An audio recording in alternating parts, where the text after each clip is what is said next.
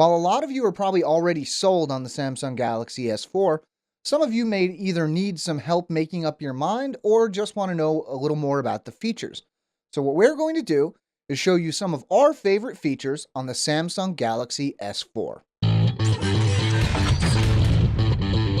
Hi everybody, I'm Chris Wook. Now, a lot of our favorite features have to do with the camera, so we're going to kick things off with a look at Dual Shot. Dual Shot uses both the rear and front-facing camera at the same time, allowing you to place yourself anywhere in a photo or video without having to hold the phone at some awkward angle. While this is cool by itself, the ability to use Dual Shot in video chat is much cooler, allowing you to remain on screen while showing what you're pointing the phone at to somebody else. Now, we've all been there.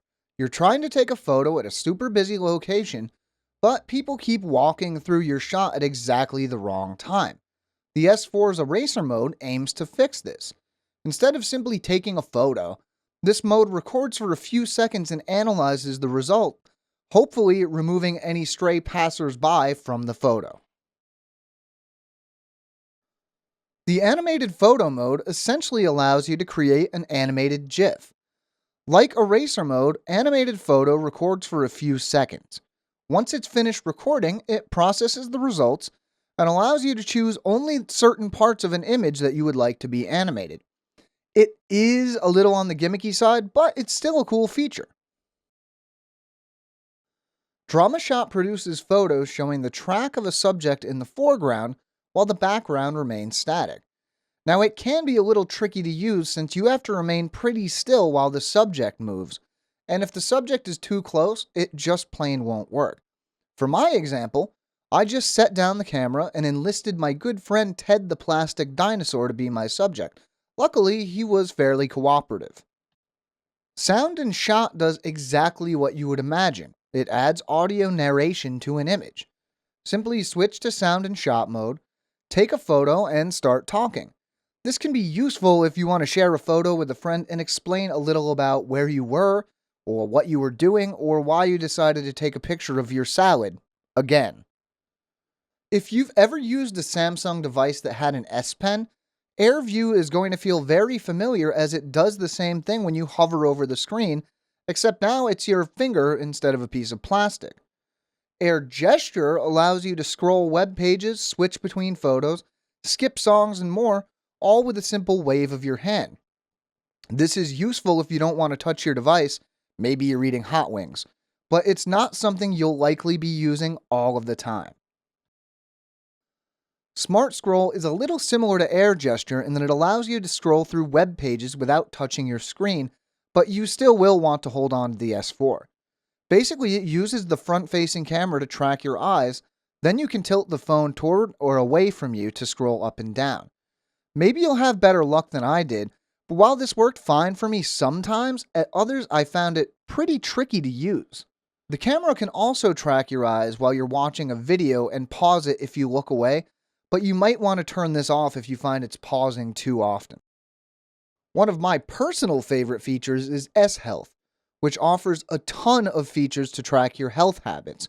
First, put in your gender, age, height, and weight, and now S-Health can track when and how you exercise, how many steps you take in a day, what you eat, and more.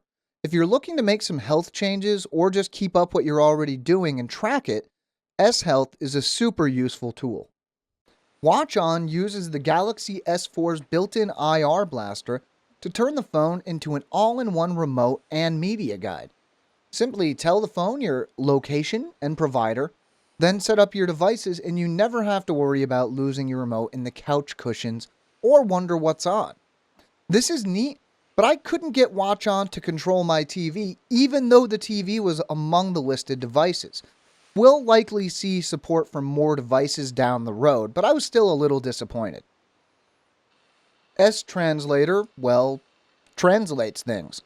It's an awful lot like Google Translate except for the name, but it's still pretty handy.